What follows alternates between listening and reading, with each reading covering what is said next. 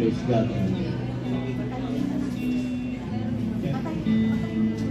Tayo po ay lahat ay tumayo at tayo po ay magdarasal para sa humingi ng favor sa ating Panginoon Diyos. Nais ko po munang basahin ang nasa Hebrew 10:24 to 25. Sabi po rito, at tayo mag-isip ng mga bagay na makakapag-udyok sa isa't isa, sa pag-ibig at sa mga gawang mabuti, at huwag nating kaliligtaan ang ating pagtitipon. Tulad ng ugali ng ilan, kundi mag-udyok tayo sa isa't isa, lalong higit habang nakikita ninyong nalalapit na ang araw. Amen. Hallelujah. Tayo po ay manalangin. Ama naming Diyos na nasa langit, pinupuri ka po namin sa umagang ito. Salamat po, Ama, sa umagang ito na kami idinako mo dito sa sanktuaryo upang purihin at pasalamatan ka. Itaas ang iyong pangalan sa aming kalagitnaan. Salamat po at kami ay pinagsama-sama ninyo, kami na may isang puso't isipan at kaluluwa bilang magkakapatid sa pananampalataya. Ama, kami po ay lumalapit sa iyo ng puno ng pagpapakumbaba. Linisin mo po kami at patawarin sa aming mga pagkakasala. Forgive us, Lord. Cleanse us with your precious blood. Forgive our sins, O Lord. Lord, salamat, Panginoon, sa kapatawaran na ipinagkaloob mo sa amin sa araw na ito. Ama, itinataas po namin sa inyo ang lahat ng kapatiran na gagamitin mo sa panambahang ito. Anoint us with your Spirit. Guide everyone, for you alone be praised and glorified. Lord, we lift up to you our Pastor Dante, who will be delivering your message sa araw na ito. Give him wisdom and deep spiritual knowledge, and most of all, only your purest word from you, that he will utter by the guidance and power of the Holy Spirit. At sa amin po naman na makikinig, Lord, open our spiritual ears so that we hear your words clearly, and open our minds, and in our heart, your word be settled as a precious stone in us, O Lord God. Ama, dalangin po namin sa araw na ito, matagpuan po namin ang higit pang lalim at ugnayan sa iyo at sa aming mga kapwa mananampalataya. Holy Spirit, lead us sa panambahang ito. Salamat po, O Yahweh, sa iyong walang katapusang pagmamahal at awa. Itinataas namin ito sa pangalan ni Yeshua, ang aming Diyos at aming tagapagligtas. Amen. Amen.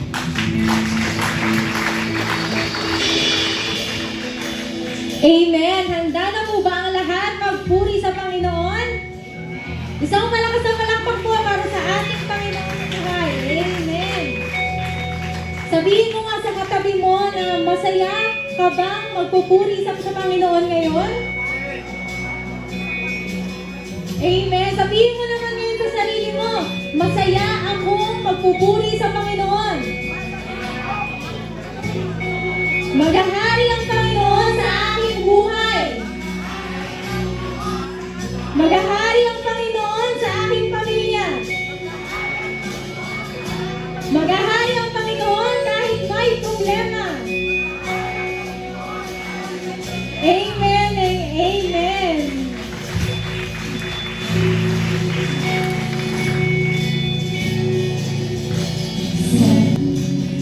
Ang kaguluhan, ang himig mo ay hangat. Sa ganda mong banal, may bagong hagalakan.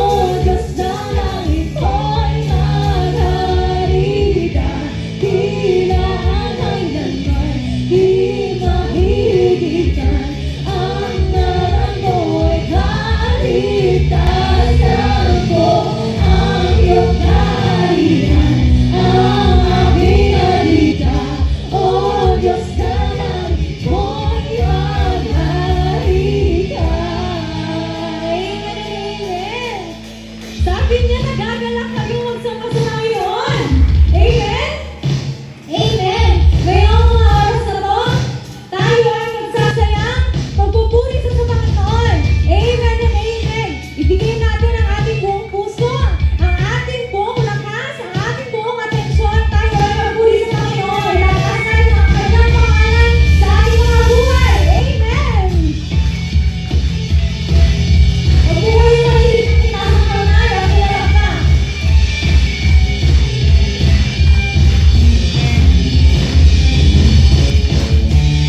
Ang biyaya,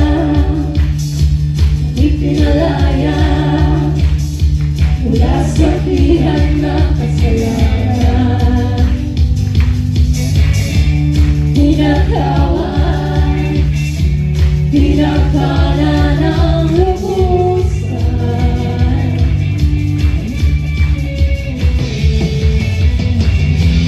Di mapipigil ang pagsamba sa'yo. Jesus, dakilang ang Panginoon.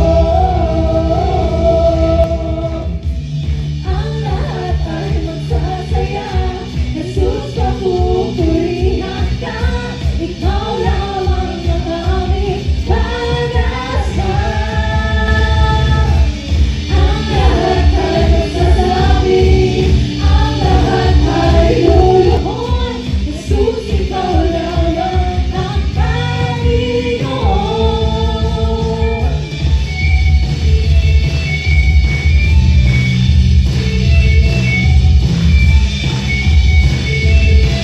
Amen! Sa mga dakilang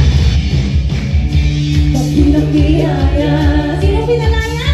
Kami pinalaya.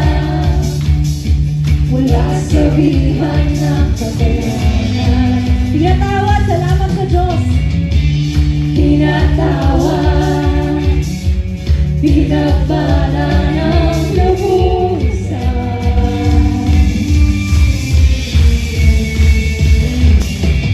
Di mapipigil ang pagsamba sa'yo. Jesus, dakilang ang totoo. Ang lahat ay magsasaya. Jesus, papupurihan ka. Ikaw lamang ang aming pag-asa. Ang lahat ay magsasabi, ang lahat ay luluhod. Ikaw lamang ang Panginoon. Ang lahat ay magsasaya. Jesus, papupurihan ka. Ikaw lamang ang aming pag-asa. Ang lahat ay magsasabi, ang lahat ay luluhod. Jesus, ikaw lamang ang Panginoon. Ang lahat ay magsasaya. Jesus, papupurihan ka. Ikaw lamang ang aming pag-asa. Ang lahat ay magsasabi, ang lahat ay luluhod. Jesus, ikaw lamang ang Panginoon. Amen! Hallelujah!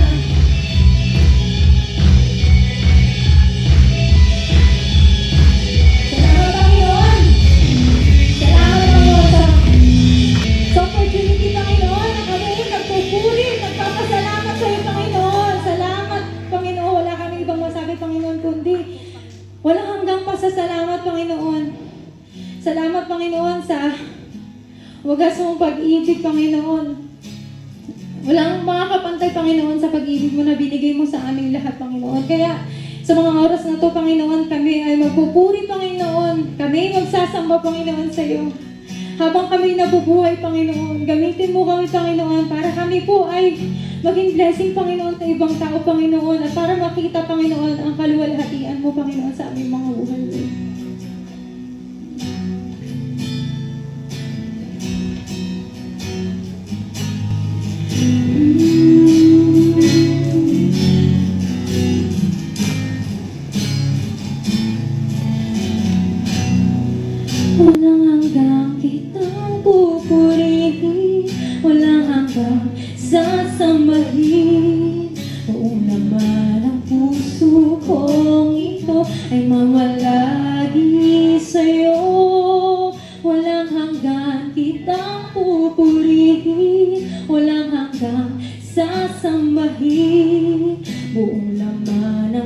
puso kong ito ay mamalagi sa'yo.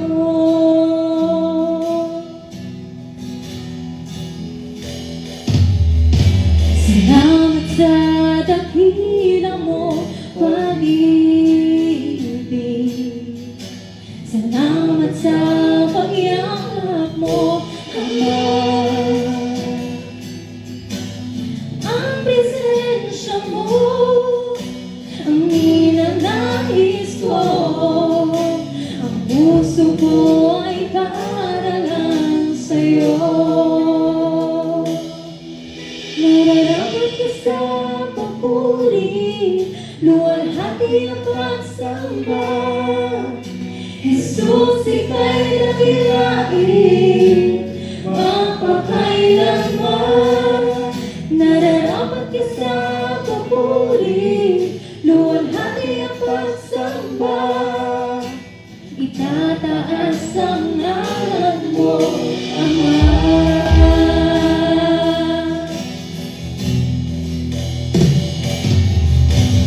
Kailanman hindi ka nagbabago. Tiwala ko'y ibibigay sa'yo. Mga pangako mo, panghahawakan ko, mamamalagi sa kahirap ko. Nararapat ka sa papuri, luwalhati ang pagsamba. Jesus, ika'y dakilain, magpakailanman. Nararapat ka sa papuri, luwalhati ang pagsamba. Itataas ang ngalan mo, Ama. Nararapat ka sa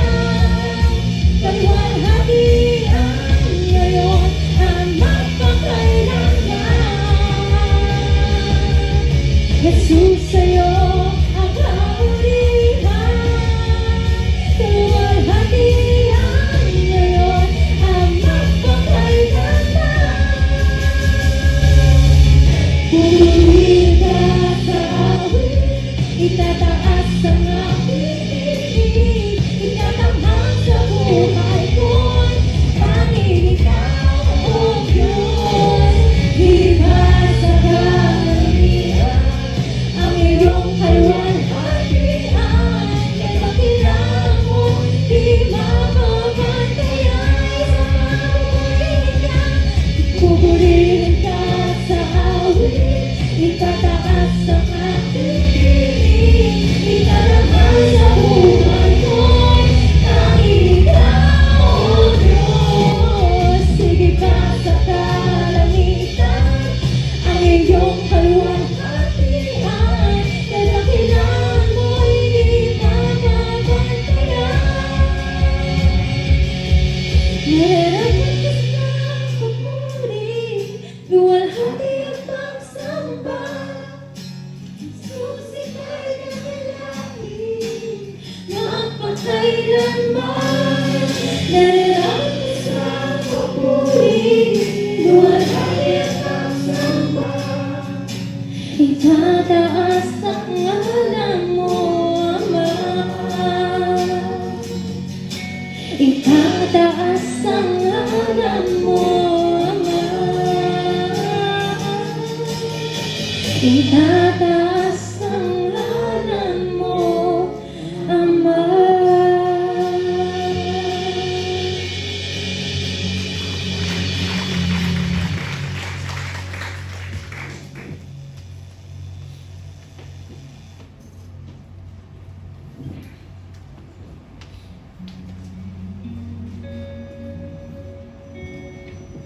Magandang umaga po sa inyo mga kapatid. Meron lang po tayong, kung may mga Bible kayo, meron lang tayong babasahin sa 1 Corinthians chapter 9, verse 13 to 15. Ang bukas palad ninyong pagbibigay sa kanila at sa lahat, ang siyang magpapatunay na matapat ninyong sinunod ang mga magandang balita ni Kristo. Dahil diyan, magpupuri sila sa Diyos. Kaya't buong pagmamahal nila kayong ipanalangin dahil sa di masukat na kagandahang loob ng Diyos sa inyo. Salamat sa Diyos dahil sa kanyang kaloob na walang hanggan. Tayo po'y manalangin. Aming mapagmahal na Ama sa langit. Lumalapit po kami sa iyo na may pagpusong magpapasalamat. Salamat po sa iyong kabutihan, pag-iingat, at walang sawang pagpapala sa aming buhay. Sa oras na ito, aming inaalay ang aming tithes at offering. Tanggapin mo po ito bilang aming pagsamba, pagpasalamat, at pagpakikita ng aming pagtitiwala sa iyo. Naway magamit ang handog na ito para sa ikakalalago ng iyong gawain. Sa pagpapahayag ng iyong Ibanghilyo sa pagtutulong sa mga nangailangan. Pagpalain mo po ang bawat pusong nagbibigay na may kagalakan at katapatan. Turuan mo kaming maging mabubuting katiwala ng iyong mga biyayang iyong ipinagkaloob. Ikaw lamang po ang aming pinagmumulan ng lakas at pagpapala. Ito pong aming panganalangin sa pangalan ng Ama, ng Anak, at ng Espiritu Santo. Amen.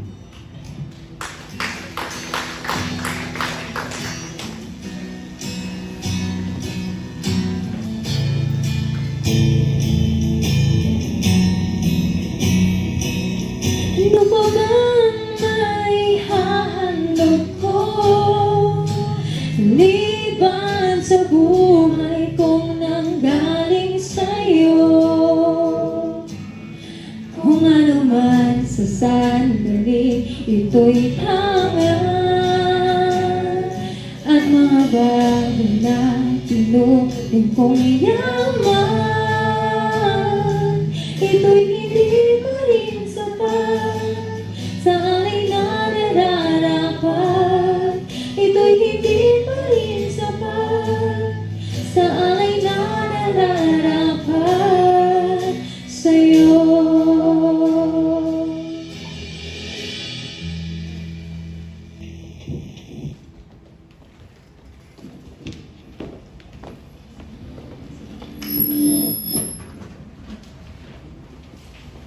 No? Hello. Yan.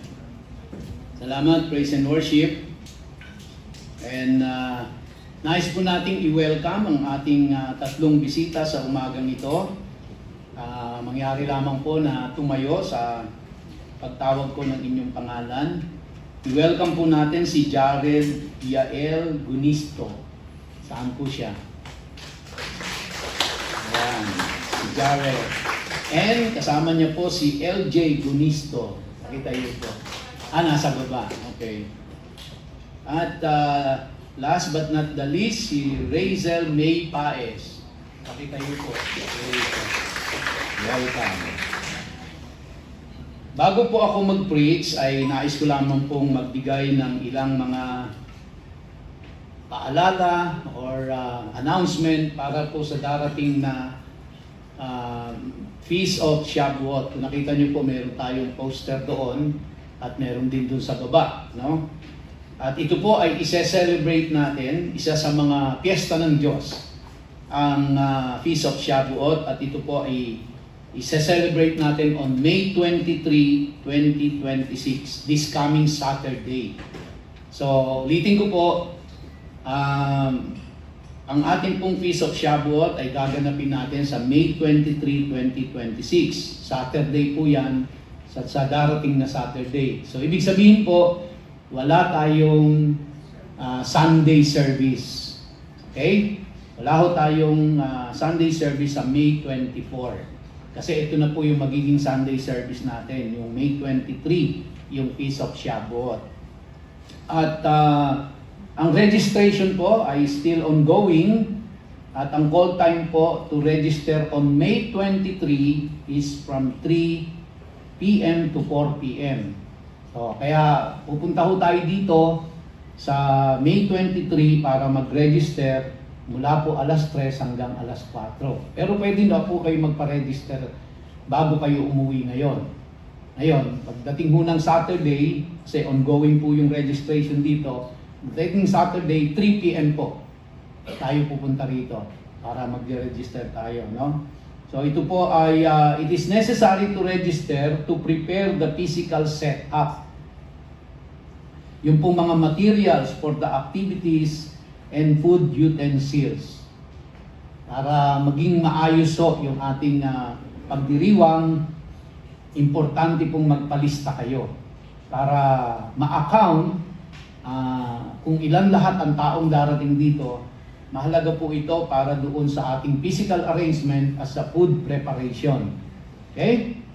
Now, kids are to register also.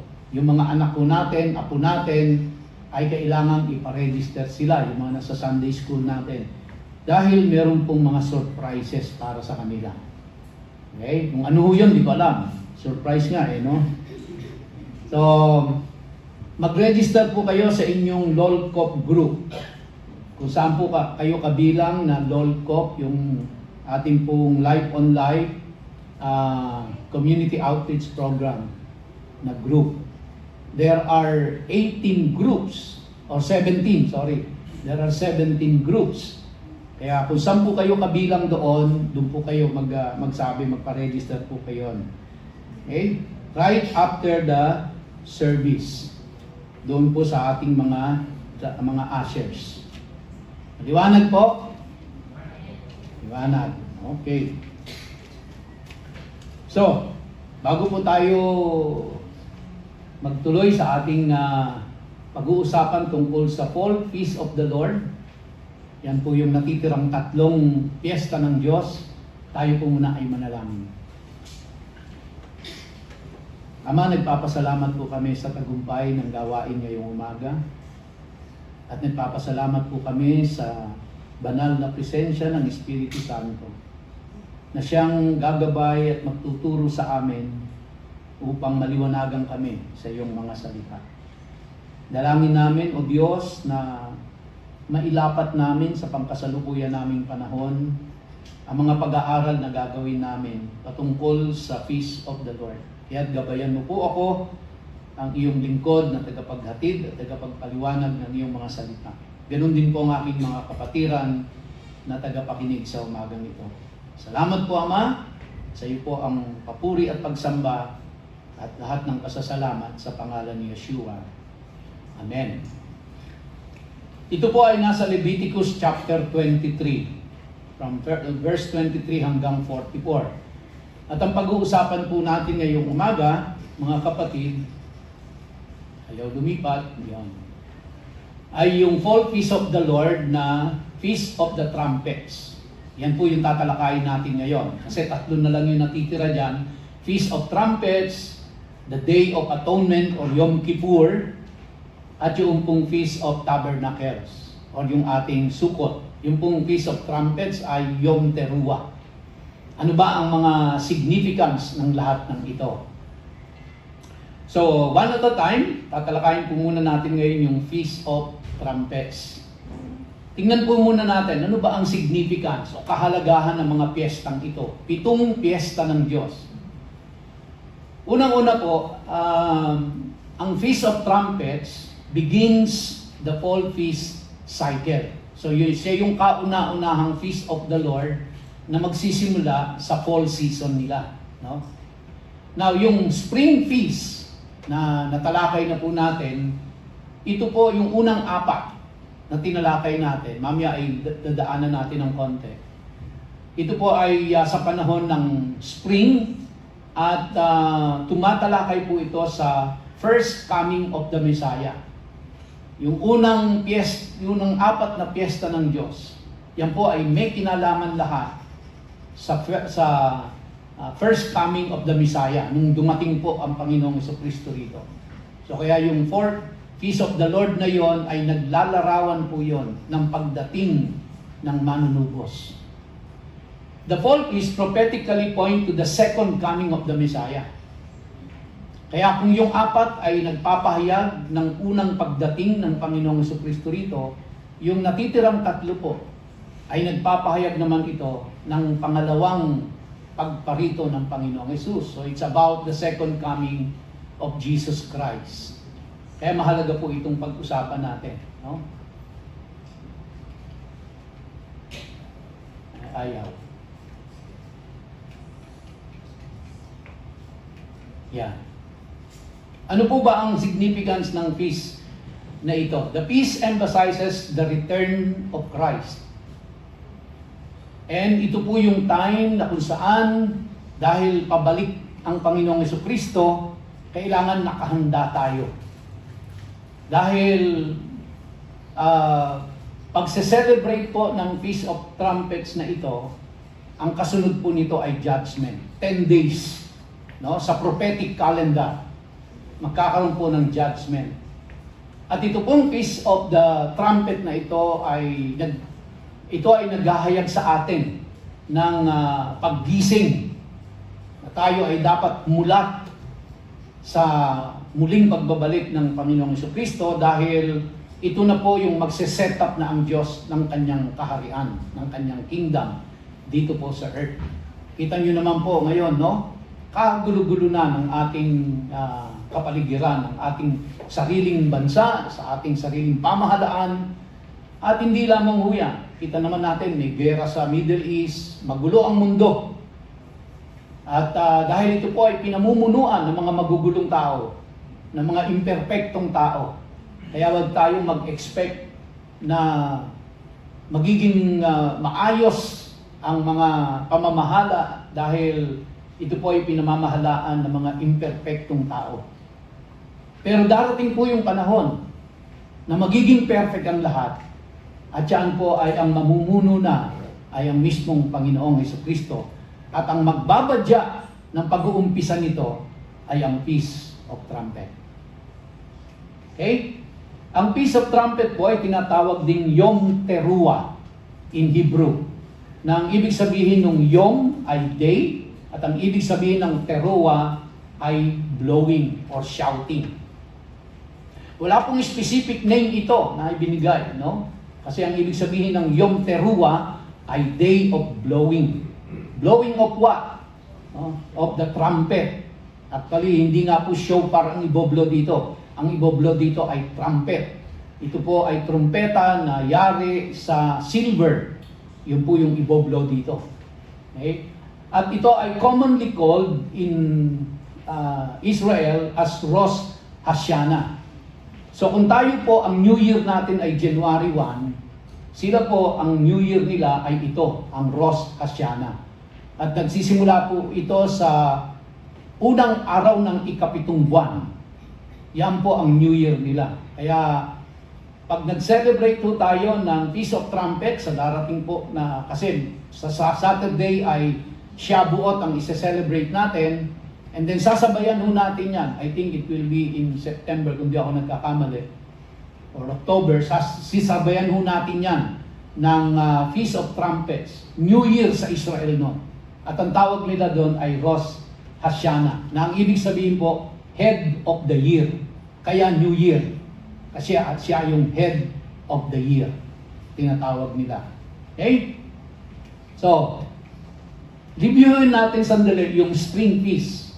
At ano ang naging fulfillment nito sa katauhan ng ating pong Panginoong Jesucristo. Unang-una is the Feast of Passover na tinatawag nating Pesach. Tapos nating i-celebrate ito.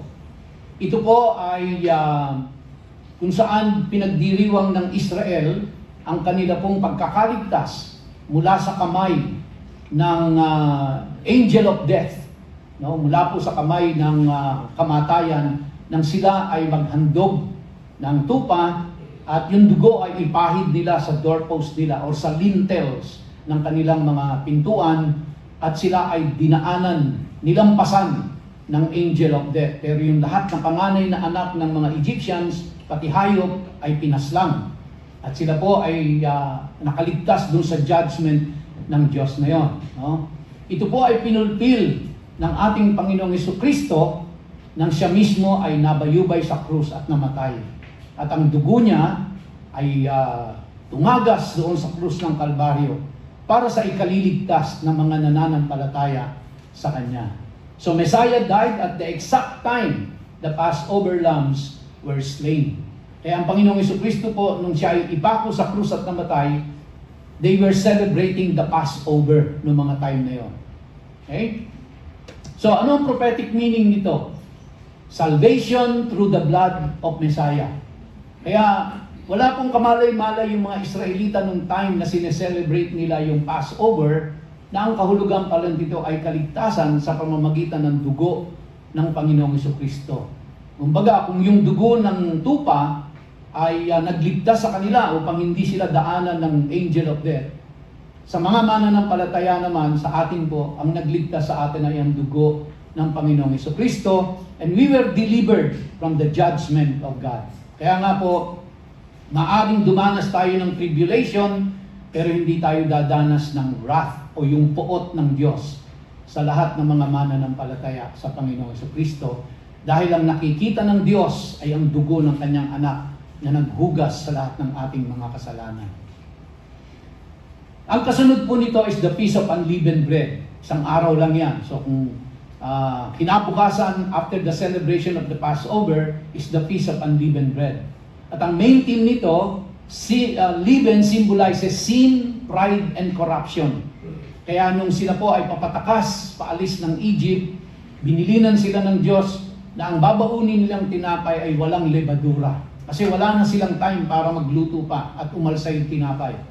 Kaya ito po ay sumisimbolo ng makasalanang Ehipto, at ang leaven ay sumisimbolo ng kasalanan.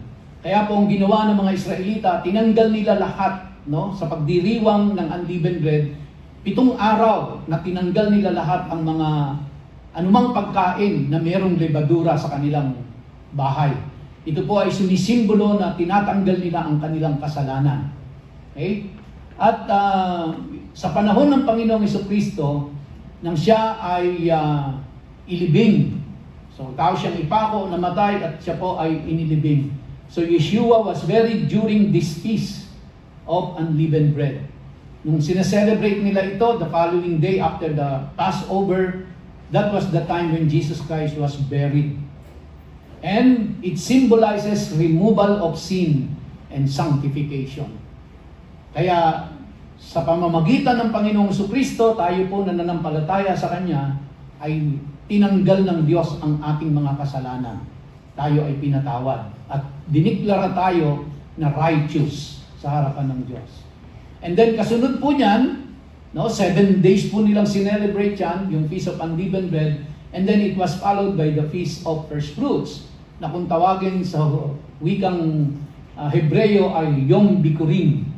At ang pinaka-main theme po nito is the first portion of harvest offered to God. No? Yung pong barley sheaf, pinutol nila yon, tapos winagayway po nila yan at inoffer nila sa Diyos. So, priests wave barley sheaf before the Lord as an offering. Alam niyo po, habang pinag-aaralan ko to at binubuo ko, ay naisip ko po, magandang gawin natin ito sa church. No? Ating pong itataas yung mga offering natin sa Kanya. At bilang ng paghahandog, kasi yan po yung ginagawa nila eh. Pag maghahandog sila sa Diyos, yung kanilang offering, itataas nila yun, iwawagayway nila. Symbolizing, Lord, sa iyo ito nang galing, sa iyo namin inihahandog ito. And I was thinking po na siguro po bago natin ilagay dun sa basket yung pera natin, ay iwagayway muna natin, Lord, offering namin ito sa iyo. Alam niyo po, sa hindi yung nakakaalam, tuwing Sunday, bago magsimula ang gawain, ako po ay nagdi-devotion doon sa ating mga manggagawa, no, sa Sunday na yon. At nagpapamigay po ako ng prayer in Tagalog. Binibigyan ko po sila isa-isa at bilang prayer guide. Dahil nais ko pong maturuan at paggabayan ang mga manggagawa ng iglesyang ito na talagang manalangin. No? Alam kong hindi madali ang manalangin, mahirap. Kaya po ako sumusulat ng prayer at binibigyan ko sila ng kopya nila. At para pag-uwi nila, it's either sa gabi ng linggo o kinabukasan ng umaga, for the whole week, yun po ay magiging guide nila sa prayer. Prayer po yun actually. Prayer talaga. Kanina, panalangin para sa pamilya, yung aking pong binigay. And kasi bahagi po ng aking tungkulin bilang pastor ay magturo sa mga anak ng Diyos. At ito po ang isa sa mga kaparaanan ko para magabayan, maturuan, at ma-form yung habit na yung pong mga kapatiran ay talagang magpe-pray. At least may guide na sila. Ngayon, kung tatama rin pa kayo mag-pray, sa kabila ng may kopya na kayo, eh nasa sa inyo na po yun. Pero I'm just doing my part na kayo po ay mag-train, matulungan, magabayan sa inyong gagawin para lumago kayo at kayo ay tumatag sa Panginoon. So, yan po ay bahagi ng pagtuturo. Okay? Now, kaya ito po ay aking iniisip at naway gabayan tayo ng Diyos dito. Na kasi ang sabi po ng Panginoon ay do not appear before the Lord empty-handed. Meaning, bring an offering to the Lord every time you appear before Him. And so, kaya iniisip ko po, every Sunday na magmi-meet tayo dito, we are appearing before the Lord. And when we appear before the Lord, kailangan po may ihandog tayo sa Kanya. Now, hindi po ito nangangailangan ng malaking halaga. No? Hindi. Pwede ho natin sabihin, ino-offer ko yung time ko. Pero nakita ho natin, yung mga Hudyo, when they were blessed by the Lord, no? Doon po sa Feast of First Fruits, when they were blessed by the Lord, hindi nila sinabing, ang offering ko, Lord, yung time ko. They cut the sheaf of the barley, and then yung barley na binigay ng Diyos sa kanila, yun ang in-offer nila sa Diyos. Binigay-wahi nila yan. Bilang pasasalamat nila sa Panginoon. Kaya while I was praying po, it came into my mind, how can I teach the congregation to give? How can I teach the congregation, Lord, to give? At ito po ang aking, in the course of my prayer, this came into my mind. Next Sunday, and Sunday thereafter, wala po sa atin na mag-a-appear dito na walang handog ni Lord. Now, may envelope po tayo dyan. Bawat isa, pati bata, maglalagay kahit magkano. Hindi mo kailangan libo-libo. Kung ang kaya mong ilagay dyan, 5 piso, ilagay mo, basta maghandog ka sa Diyos. Kung kaya mong ilagay dyan 50 pesos, maghandog ka sa Diyos. Dahil sinustain tayo ng Diyos, yung buhay natin mismo, sinustain tayo ng Diyos. Yung proteksyon ng Diyos. Ang dami ho nating biyayang tinatanggap bawat araw. Yung pamilya natin, yung tahanan tinitira natin, yung tubig na iniinom natin, yung pagkain na kinakain natin, yung damit na isinusuot natin, yung trabaho na meron tayo, pinagkakakitaan natin. Marami ho tayong pagpapala na maaaring sa tingin natin ay maliit, pero pagpapala ng Diyos yan. Kaya hindi po ako naniniwala na walang linggo na hindi tayo pinagpala ng Diyos. Tama po ba ako doon? Yung lang nung nagising ka kaninang umaga, pinagpala ka na ng Diyos dahil maraming hindi na nagising kanina. Yun lang ikaw ay nagising kang malakas ka. Pagpapala na ho nyo kasi maraming nasa ospital ngayon na namumroblema pa ng pambayad. Yun hong nandiyan dyan ng tatay at nanay mo, mga kapatid mo, pagpapala ho yan. Yung hinihinga mong hangin, pagpapala ho yan. Yung sumikat na araw, pagpapala ng Diyos lahat yan. Kaya hindi ako naniniwala na walang linggong hindi tayo pinagpala ng Diyos. Yes, dumadaan tayo sa pagsubok, pero sinasamahan tayo ng Diyos doon habang dumadaan tayo. Sabi nga ng salita ng Diyos, though I walk through the valley of the shadow of death, I will fear no evil, for you are with me. Your rod and your staff, they comfort me. Surely goodness and mercy shall follow me all the days of my life, and I will dwell in the house of the Lord forever. And he even said in Psalm 91, he who dwells in the shelter of the Most High will abide in the shadow of the Almighty. I will say of the Lord, He is my refuge and my fortress, my God in whom I will trust. Hindi ba? So blessing. Kaya, next Sunday po, ganito gagawin natin, and Sunday thereafter.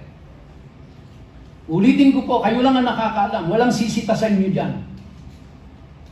Maglagay kayo o hindi, walang sisita. Pero, kaya ko po inugnay doon sa prayer, kasi ang purpose ko po talaga noon ay maturuan ang ating mga manggagawa at maging habit nila ang pagpe-pray. Kaya tinutulungan ko po sila sa pamamagitan ng paggawa ng prayer guide na yon. Kahit sa ganoong paraan ay matulungan po na mag-pray. Kasi 1 week niyong ipagpe-pray yun. 1 week kayo, 7 days niyong ipagpe-pray yun. And then, paano ko kayo tuturuan magbigay? Magsimula ho tayo kahit maliit. Kasi pag nasanay na tayo at naging habit na natin yan, hindi na ho magiging mahirap yan. No? At tandaan niyo po, kapag ang pera ay dumadaan sa atin, dumadaloy, umiikot, may paiikutin ng Diyos. Pero kung hino-hoard natin yan, walang paiikutin ng Diyos sa'yo. Kasi naka-stuck sa'yo ang pera. Padaluin mo yan. Now, please don't get me wrong. Ito po ay, I am bold in saying this, I am not ashamed because gusto ko po kayong maturuan. Dahil sa inyong pagsunod, pagpapalain kayo ng Diyos. Kaya, whether piso yan, or 5 piso yan, or 50 pesos yan, ilagay nyo po dun sa envelope and ihulog nyo dun sa basket. And let the Lord multiply that. Let the Lord bless your heart in your willingness to give. May share ko lang po sa inyo, mga kapatid. Yung akin pong apo na si Caden. Tinuturuan ko siya kung paano magbigay. So, ang ginawa ko po ganito, kinausap ko yung bata. One-on-one kami. No? Nung una, kasi dinala ko yan doon, nasa golf course kami. Naglaro siya ng golf. And then, tapos after playing golf, nandun kami sa sasakyan, nag-usap kaming masinsina maglolo. And I share with him the gospel. Alam kong hindi pa talagang ganun na iunawaan ni Caden yun. Pero I'm starting to share with him the gospel. And then we prayed together. He received the Lord Jesus Christ in his heart. Maybe hindi niya pa fully naiintindihan yon. But the seed is being planted in his heart. And then the next thing na tinuro ko doon sa apo ko ay magbigay ka sa Diyos. So, what I did, sabi ko sa kanya, ito ang kasunduan natin maglolo. Every first Sunday of the month, bibigyan kita ng 500 pesos. Okay? Every first Sunday of the month, bibigyan kita ng 500 pesos. The 200 pesos ay itatago mo. You will save it. The other 200 pesos is you will use it to help other people who are in need. Ang tanong niya sa akin, Dodo, who will I help? Sabi ko, the poor people, those who are in need. Example, your classmates. Sabi niya sa akin, Dodo, but all my classmates are rich. Nawala sa isip ko, no? Kasama si Gavin doon. Kaklase na si Gavin. Eh. No? So, what about your classmates in Sunday school? Now, use the 200 pesos to buy something for you and to help other kids who are in need, those who are poor. And then the 100 pesos, you tell your mommy to give you another 100 because I'm teaching him that his investment will earn. I'm teaching him to invest his money. So, kaya kasunduan nilang mag-mommy, the moment he receives the money from me, then mommy will add 100 pesos to double the 100 pesos doon sa ano. And then, sabi ko sa kanya, every time na you will receive the 500 pesos, you bring the 10% to the Lord and give it every first Sunday of the month. And that is what my little grandson is doing now. Maybe hindi niya po naiintindihan totally, pero he's beginning to learn how to give. He's beginning to learn how to give. Now, you can do the same thing. I don't know. No? Eh, yun ang lang kaya ko eh. 500. Retired na si Lolo eh. Wala nang trabaho. Kaya 500 na lang ang ibibigay ni Lolo sa iyo. And then last Monday po, ay nag-dedicate ako ng condominium unit. And guess what? Kung sino katulong ko? Hindi ko si Pastor Ed. Ang katulong ko si Kaden. Siya yung nagpo-pour ng olive oil para i-ano doon. So, nawi-witnessan ito ng apo ko, nakikita ito ng mga apo ko na ginagawa ng lolo nila. That is how you teach them. So, kaya ito po yung gusto kong ipaabot sa inyo, mga kapatid. No? Gusto ko kayong maturuan na magbigay sa Diyos. Magbigay sa Diyos. And I will always remind him, tatawagan ko pa yon, Kaden, it's first Sunday of the month, you will receive your 500 pesos. And then bring your 50 pesos, 10% of your 500 to give it to the Lord. No? And he will prepare that. And then tatanungin ko, where is the money now? Dodo, it's in the safe. Yung safe eh, di ba? Nakakahadiyer yung 500 piso binigay ko. May kombinasyon nyo, hindi nyo basta-basta mabubuksan nyo. No? So kaya, natuturuan yung bata. Why? Because someday, tayong mga oldies, we will all be gone. Sino mag-i-stay dito? Sino magpapanatili ng gawain na ito kung di pa babalik ng Panginoon? Yan po mga kabataan natin, yung mga apo natin. Kaya kung hindi natin sila tuturuan ngayon, mga kapatid, wala akong magpapatuloy ng gawain dito. That's why we have to teach them. And this is, the Lord knows my heart. And I am not ashamed to tell you this. And I am not begging. So I am teaching you. Because I want you to be blessed. The Lord will bless you. Believe me, the Lord will bless you. Paikutin nyo ang pera ninyo. Hindi ho natin pinag-uusapan dito ang malaki, maliit. Ang pinag-uusapan natin dito is the principle. The principle. Okay? Dahil ang tinitingnan ng Diyos doon, hindi yung halaga. Ang tinitingnan ng Diyos doon is yung obedience. It's the principle. The pattern. At makikita natin, yaan ang pattern sa Biblia. Those who are willing to give to the Lord will bless them abundantly. Alright? Now, going back to my Feast of First Fruits, Yeshua rose from the dead on first fruits. Siya ang unang-unang nabuhay na magmuli. Sasabihin niyo sa akin, hindi, si Lazarus ang nabuhay na magmuli. Hindi, yung batang nilalagnat na namatay na mabuhay muli. Hindi ho. Si Jesus Christ ang unang nabuhay na magmuli na hindi na namatay. Kasi si Lazarus namatay ulit. Di ba? Gusto mo ba yon? Namatay ka na, mabuhay ka pa, tapos mamatay ka rin ulit. Yung bata, ganun din. Namatay, Di ba? Namatay, binuhay, pero namatay ulit. Si Jesus Christ po, nang nabuhay na magmuli, umakyat na sa luklukan ng Diyos. Hindi ho siya namatay ulit. So He became the first fruits of the resurrection. Now, Pentecost or the Shavuot, ito na po yung parating sa ating pong darating na May 23. Ano po ito? Celebration of harvest and giving of Torah. One of the reasons why they celebrate Shavuot because they are celebrating yung pong pagbigay ng word ng Diyos sa kanila. Kasi naniniwala po sila na from the day na umalis sila ng Egypt, 50 days after that, doon ibinigay ni Lord yung Torah kay Moses na naging gabay nila sa kanilang buhay para masunod nila ang kalooban ng Diyos. Kaya nga po, during that time, fire descended on Mount Sinai when the law was given to Moses. Kaya they are celebrating po in the time of Shavuot, the giving of the Torah. So, in the fulfillment sa ating Panginoong Jesucristo, that was the time when the Holy Spirit descended on believers. Ito po yung nasa Book of Acts, nang bumaba ang Espiritu Santo at kumilos doon sa mga mananampalataya ng mga time na yon at nagsalita sila sa iba't ibang wika. God's presence moved from a physical temple into believers. Dati wala yun sa templo lang But during the Pentecost, binigay po ang Espiritu Santo. Now, the gap between spring and fall feast. Diba? Spring, yung pong binanggit natin na 4 na yon, and then pagkatapos yung fall feast. Na magsisimula ito sa Yom Teruah. It represents the church age. Approximately 2,000 years between Messiah's first and second coming.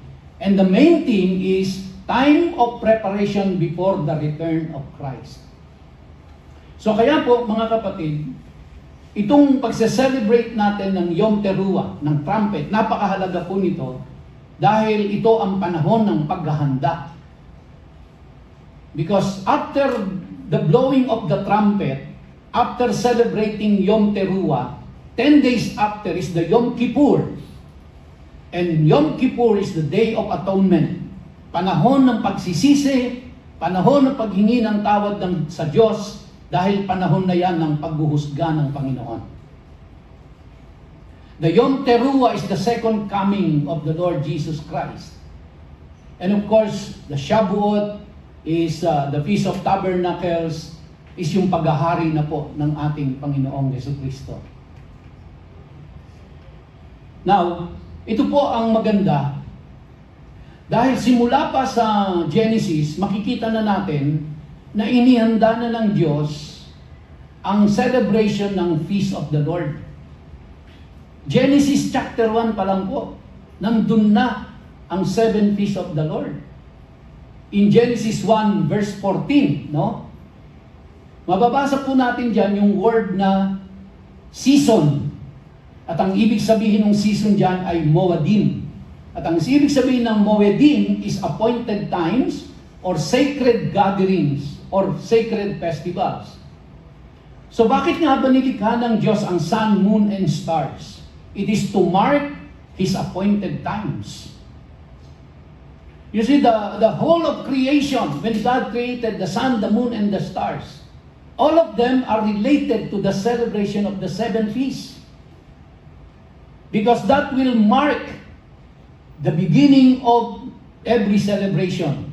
Yun ang nilagay na palatandaan ng Diyos kung kailan nila i-celebrate ang 7 feasts.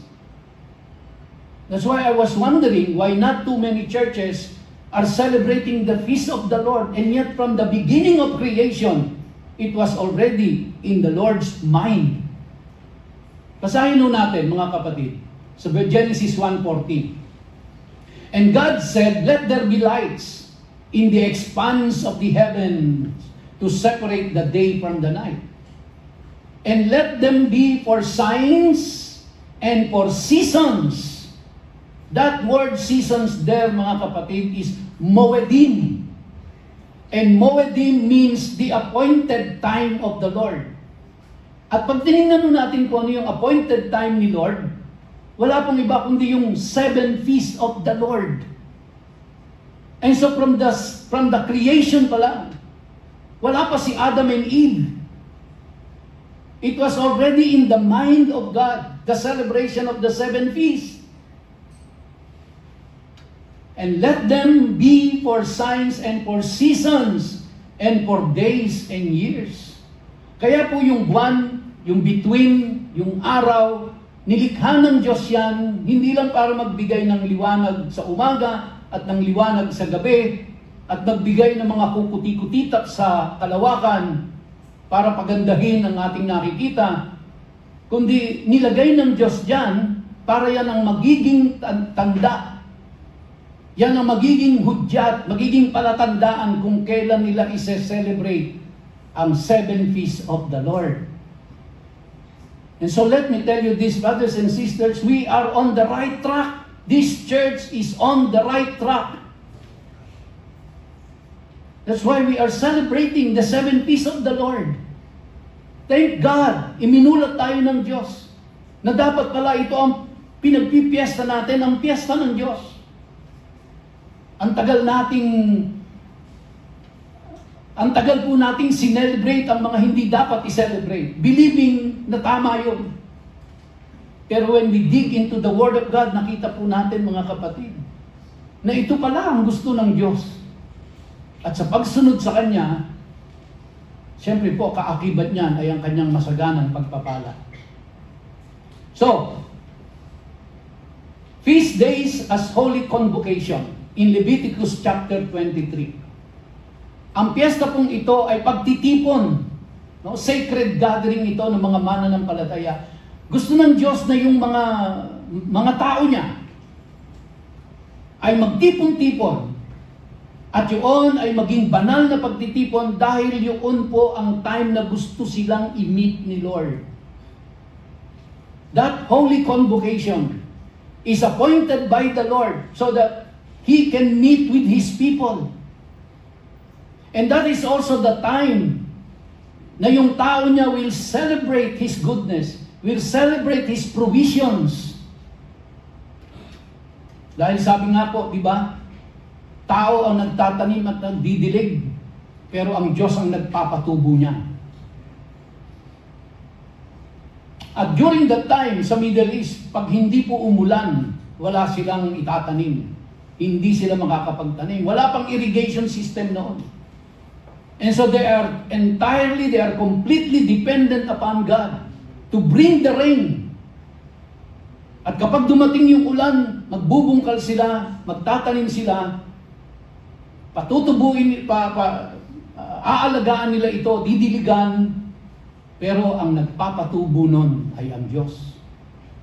Kaya kung hindi patubuin ng Diyos yon, wala silang aanihin. At kung wala silang aanihin, wala silang kakainin. Magkakamatay silang lahat, pati mga hayop nila. Kaya ganun na lang po ang kanilang pasasalamat sa Diyos. Pag dumating ang mga kapiestahang ito, nakatuon ang lahat ng kanilang pasasalamat sa Diyos dahil pinrovide ng Diyos ang ulan, pinrovide ng Diyos ang mga halaman, pinrovide ng Diyos ang pagtubo nito at pagsagana nito. Alam niyo po, just recently, no, hindi naman siguro recently, but not too far away, ang Israel po kasi ay 60% desert, 40% lang ang livable area. 60%. And that is in the desert Negev. So, kaya, one time, yung kanilang Prime Minister, si Golda Meir, yung babaeng Prime Minister, sabi niya, bakit kami dinala ng Diyos sa lugar na ito? 60% desert, hindi mo matataniman. 40% lang ang livable, bulubundukin pa. Pero, kailan lang po ay may nadiskubre sila. Yung palang ilalim ng desert na yon, yung Negev Desert, meron pala ho, I think 2,000 meters, or I don't know exactly kung gaano kalalim. Nahukay po nila yon, nag-drill nila yon, at alam nyo, hindi lang isang lumabas. Pag drill ho nila ang lumabas, bumulwak ang tubig. nasa ilalim ng disyerto, tubig na na-compress during the time, at dahil dun sa compression ng tubig, nung nabutas siya, sumirit ang tubig pataas. And then, nung kanila pong tinesting, pinag-aralan, nakita nila na yung tubig doon is so vast. So, tinanong nila, ano ang gagawin natin dito sa tubig na ito? So, tinesto nila, nag-undergo ng testing yung tubig, at nung makita nila, yung tubig po ay, kung babaguhin nila ang, kumbaga, ang composition nun, magastos, mahirap, matagal. So, ang question nila, what can we do with this water that is so free? And then, nung tinesting ho nila, na-discover nila na yung isdang baramundi ay siya ang mabubuhay doon sa uri ng tubig na yon. And you know what? Sa Europe and all other parts of the world na nag-aalaga ng baramundi na isda, gumagastos ho sila ng milyon-milyon para lang makondisyon yung tubig na doon mabubuhay yung baramundi. Kaya pag binenta nila yung baramundi, napakamahal. Pero ngayon po, yung tubig na bukal, hindi ititreat, walang gagawin, bumukal lang. Doon mabubuhay yung baramundi. Kaya ginawa nila, kumuha sila ng baramundi, nalagay sila ng napakalawak na fish pond, inilagay doon yung baramundi. And alam nyo kung ano nangyari? Sila ang #1 exporter ng baramundi na hindi nagtitreat ng water. Kaya mas malaki ang kita nila.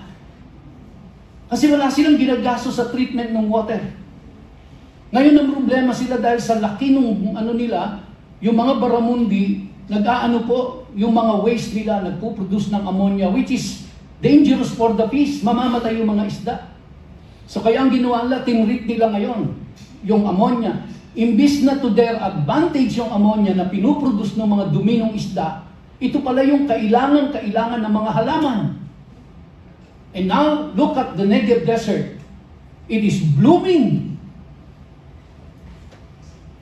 Mga kapatid, yung dating disyerto nila ay inaanihan nila ngayon ng the best grapes in the world. Who provided all of this? Ang Diyos ang nag-provide ng lahat yan. Ang Diyos na may hawak ng buong mundo sa kanyang mga kamay. Ang Diyos na nagpapatakbo ng entire universe. Ang Diyos na nag-provide ng tubig doon sa ilalim ng disyerto. Ang Diyos na nagkondisyon ng lahat ng yan. Kaya po pagdating ng mga harvest season nila, talagang nagdiriwang sila at nagpupuri sila sa Diyos dahil alam nila na ang lahat ng kanilang tinatangkilik sa buhay ay galing sa Diyos. Kaya pinagpipiesta nila, pinapasalamatan nila ang Panginoon sa provision sa kanila, mga kapatid. Kaya tinawag itong Holy Convocation. It is the gathering of His people and the time for them to thank the Lord. And we are gathered here every Sunday, Sunday after Sunday. Hindi ba marapat lamang na sa lagi nating pagtitipon na ganito every Sunday ay magpasalamat tayo sa Diyos sa provision niya during the week. May kinain tayo, may isinain tayo, may ininom tayo, may isinuot tayo, may tinirhan tayo, may dinride tayo, may pinambayad tayo kahit mahal ang diesel. May mga taong tumulong. Lahat to. We only have to realize this. Eh, ang demonyo po, ang kaaway, talagang idadivert tayo eh. Mas ipopokus tayo dun sa problema, mas ipopokus tayo dun sa hirap, mas ipopokus tayo dun sa mga challenges, para alisin ang isip natin dun sa mga na binibigay ng Diyos. Mas pinangingibabaw ng dyablo sa buhay natin yung mga problema. Kaya tayo, we end up daing tayo ng daing. Because we are more focused doon po sa hardship, doon sa problema, rather than on the blessing. Kaya, sa umaga po, ito turuan ko kayo mga kapatid. Sa umaga, sa paggising sa umaga, ang una niyo pong gawin, ang challenge ko nga, every 3 o'clock in the morning, gising kayo.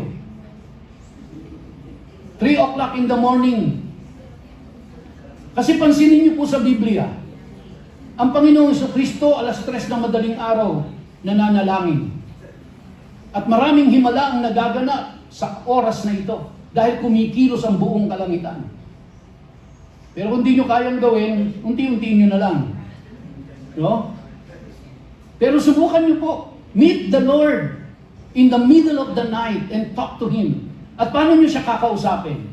Una sa lahat, mga kapatid, banggitin nyo ang lahat ng karakter ng Diyos na alam ninyo, na pumasok sa isip nyo.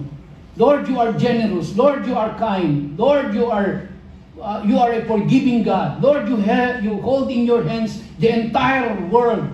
Lord, you operate this universe in your command. Bless Him. Sabihan niyo siya kung sino siya. Bakit to? Ito ay nagpapaalala sa iyo na ikaw ay anak ng makapangyarihang Diyos, na walang problemang hindi niya kayang lutasin sa buhay mo. And then, pag na-recognize niyo na po yung kanyang character, yung kanyang nature, then, sumunod po ay i-recognize niyo yung blessing niya sa inyo nung nakaraang araw. Lord, salamat po dahil 3 beses ang kumain sa maghapon. Salamat sa isinaing namin, salamat sa niluto namin, salamat sa damit na isinuot ko, salamat dun sa taong dumating at ginamit mo para ako ay ma-encourage. Salamat, Lord, sa aking pamilya. Salamat, Lord, sa aking hanap buhay. So simulan ho natin sa ganito. Recognizing who God is, and then recognizing kung ano ang mga ginawa niya sa atin. Alam niyo po, doon pa lang tapos na problema mo eh. And then pagkatapos mong i-recognize ito, then lumapit ka sa Diyos, Lord, forgive me for my sins. Yung mga, kung may nagawa ako, na isip, na salita, na hindi nakapagbigay ng kaluguran sa iyo, Panginoon, patawarin mo ako, linisin mo ako. And then after that, you claim it, because the Word of God says that if we confess our sins, He is faithful and just to forgive us our sins and to cleanse us from all unrighteousness. And claim that promise, claim that word, na pinatawad ka ng Panginoon. And with all boldness, lumapit ka sa Diyos, hindi namamalimos na parang pulubi. And that is the time na humingi ka na, Lord, kailangan ko po ng 200,000 pesos pambayad sa matrikula ng anak ko. Kung saan manggagaling yun, hindi ko alam, pero galing sa iyo, Lord. Lord, kailangan ko po ng kagalingan sa aking nararamdaman sa aking katawan. Masakit po ang aking mga kasukasuan, ako'y nilalagnat, ako ay tinatrangkaso. Or, Lord, pagpalain mo po ang aming hanap buhay ngayon. Ako po ay lalabas para magnegosyo at ma-meet ko ang mga tamang tao para magkaroon ako ng magandang deal. Be specific now in your prayer request. Kaya yung binibigay ko po sa inyo ay guide lang yon. But you have to be specific in your prayer. Hingin mo sa Lord. Tatay mo siya eh. Diba? Lumapit ka bilang anak na siya ay tatay at ang tatay mo ay nagmamahal sa iyo at siya ay nagkikare sa iyo. Hindi siya malayo. No, nakikinig siya, mga kapatid. Nakikinig siya kahit anong oras ng gabi yan. At hindi lang nakikinig, tumutugon siya. And then pagkatapos po nun, no, siyempre ang kaaway tatangkaing nakawin yan eh. Tatangkaing bigyan ka ng doubt, bigyan ka ng worry. Siyempre ayaw ng kaaway na bine-bless ka ng Diyos. And so now, pag naibigay mo na lahat yung mga specific request mo sa Diyos, then you seal it with the blood of Jesus Christ. You seal it with the power of the Holy Spirit. Paano po ito isi-seal? You declare it. Lord, I seal this prayer request in the name of Jesus and in the power of the Holy Spirit. Secure this prayer request. Don't let the enemy steal it from me. And then, ano po ang kasunod? Naselyuhan mo na. You declare, Lord, I am victorious today. I am healed. Lord, I am guided. I am protected. I am covered. Yun naman ang sabi ng Diyos di ba? Sa kanyang mga salita. He who dwells in the shelter of the Most High will rest in the shadow of the Almighty. I will say of the Lord, He is my refuge and my fortress, my God in whom I trust. That's declaration. You declare it. And then pagkatapos po niyan, bumalik ka ulit sa Thanksgiving. Lord, salamat sa paparating na 200,000. Lord, salamat sa paparating na kagalingan. Now, hindi po ito positive thinking. It is a declaration of your faith in God. Dahil alam kong kaya mo ito, Panginoon. Ito ang problema ko. Alam kong kaya mong lutasin ito. May problema ako sa asawa ko, may problema ako sa anak ko, may problema ako sa pamilya. Ikaw ay inumpisahan mo na nung una, hindi ba? Lord, you are the creator of heaven and earth. Lord, nothing is impossible with you. Kaya sabi nga ng Bible, is there anything too hard for the Lord? Then you come to Him because He is your Father. Kaya doon palang pasalamatan mo muna ang Panginoon sa mga kasagutan sa prayer mo. And then you wait. Hindi naman po yan overtake. Hindi pagbaba mo ng hagdan, uy, may 200,000 dito ah. Hindi ho ganun yun. Hindi ganun kumikilos ang Diyos. But wait for the Lord to work.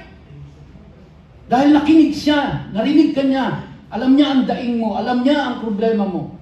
At anak ka niya. At alam niya kung kailan ka niya tutulungan. Alam niya kung anong tamang pamamaraan. But you have to keep that faith in your heart. And you see, the Lord will bless you. At pag nangyari po yun, huwag mo nang kalilimutan to express it, ang iyong pagpapasalamat sa Diyos. Lord, you have blessed me with this, then I will give it back to you as an offering. That's how it works. That's how you align yourself with God. Amen. Amen. So mga kapatid, I hope I was able to guide you somehow on how to align yourself with God. Because that's the most important thing. You align yourself with God. But that's the way to do it. And you do it every day. Not occasionally. Not twice a year. You do it every day. You commune with God. And I'm telling you, mga kapatid, masarap kausap ang Diyos. Hindi ka ichichismis. Hindi ka i-condemn. At naunawaan niya ang iyak ng puso mo. Anak ka niya. So anong ikatatakot at kahihiya mo? Lumapit sa tatay mo. At ang lalapitan mo ay ang tatay mong may hawak ng buong mundo.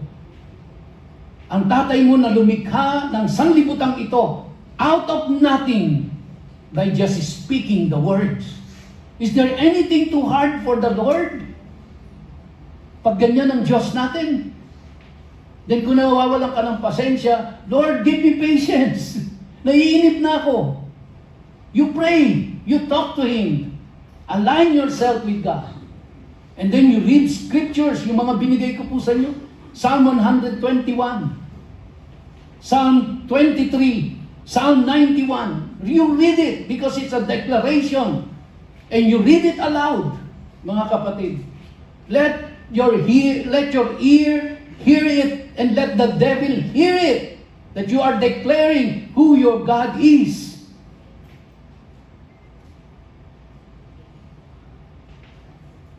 Amen. Amen. Tayo po tayong lahat. Hallelujah. Oh, glory to God. Glory to God. Aming Ama, aming Diyos, Diyos ng langit at ng lupa, Diyos na lumikha sa sanglibutang ito sa pamamagitan lang ng salita, Diyos na nag-iisa sa kapangyarihan, Diyos na nag-iisa sa kalwalhatian, Diyos ng mga Diyos at Panginoon ng mga Panginoon, tapat na Diyos at mapagmahal at mapagkalinga sa kanyang mga anak. Ikaw ang hari ng sanlibutang ito at wala nang iba pang tataas sa iyo. At ikaw ang aming Diyos. Ikaw din ang aming Ama na nagmamahal sa bawat isa sa amin. Ikaw ang nakakakita ng lahat ng mga alalahanin namin.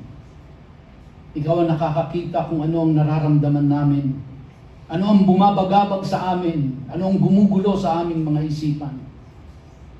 Alam mo ang lahat ng ito, for you are an all-knowing God. Not only that you are an all-knowing God, but you are an omnipotent God. You are all-powerful. And you are also an omniscient God. You know everything, Lord. Wala kaming maitatago sa iyo. Wala kaming maililihim sa iyo. You know everything. Kaya naman po, Panginoon, sa oras na ito kami nagpapasalamat. Sa kapatawaran ng aming kasalanan, nagpapasalamat kami sa biyaya ng iyong mga salita. Nagpapasalamat kami sa mga physical blessings, sa pagkain, sa tirahan, sa damit, maging sa mga salita mo, maging sa simbahan na aming sinisimbahan. Salamat maging sa aming mga mahal sa buhay, sa aming pamilya, sa aming mga anak, apo, sa aming mga kamanggagawa sa iglesia nito. Salamat po, Panginoon. Maraming salamat. At kung ikaw po ay may nakikitang kasalanan sa simbahang ito, patawarin mo kami, Panginoon. Linisin mo kami, O Diyos, at hugasan ng banal na dugo ni Jesus upang kami ay maging katanggap-tanggap sa iyong banal na harapan. And we claim it by faith that you have forgiven our sins as you have said in your words. At hindi ka sinungaling, Panginoon. Ikaw ay tapat at ikaw ay nagpapatawad sa sino mang humihingi ng tawad sa mga kasalanang nagawa. At sa pagkakataong ito, Panginoon, inilalatag namin sa iyo ang aming mga munting kahilingan. Kaayusan sa pamilya, kaayusan sa relasyon. Ingatan mo ang aming mga anak na huwag maimpluwensyahan ng masasamang bagay ng mundong ito. Ilayo mo sila sa masasamang barkada. At tulungan mo ang aming mga anak na matupad ang kanilang mga pangarap, makatapos ng pag-aaral. Panginoon, tulungan mo ang bawat pamilya, ang bawat tatay at bawat nanay na maging maayos ang mga relasyon. Mga mag-anak na hindi nagkakaunawaan, kumilos ka, Panginoon, at bigyan ng kalutasan ang kanilang mga hinaharap na mga suliranin sa pamilya. Huwag mong hayaang magtagumpay ang dyablo at guluhin ang pamilya namin, Panginoon. Huwag mong hayaan ang dyablo na guluhin ang simbahang ito. Bakuran mo ito, Panginoon, ng iyong proteksyon. And Lord, we declare in the name of Jesus Christ, your Son, Yeshua, that we are victorious in Christ Jesus. Lord, secure this prayer request in your hands. And teach us to be patient enough, Lord, to wait for an answer. At ngayon pa lamang, Panginoon, we declare that we are victorious in Christ Jesus, as you have said in your words. We claim it, Father, in the name of Jesus. Hindi dahil malakas kami, hindi dahil maganda ang ginawa namin, kundi dahil makapangyarihan ang aming Diyos. At ngayon pa lamang, Panginoon, pinapasalamatan ka na namin sa mga biyayang ipagkakaloob mo sa amin sa linggong ito. Mga biyayang pinansyal, biyayang physical, emotional, and even spiritual. Lord, thank you for all the blessing that is on its way to us. Salamat po, Panginoon, for you are an answering God. Salamat, Panginoon, dahil ikaw ang aming ama, ikaw ang aming tatay, at mahal mo kami na iyong mga anak. Kaya't ang lahat ng papuri, ang lahat ng pagsamba, at ang lahat ng pagdakila ay para sa iyo lamang, Panginoon. Sa pangalan ni Yeshua, ang lahat po ay magsabi ng Amen. Amen. Amen. Hallelujah. God bless us all. You are dismissed.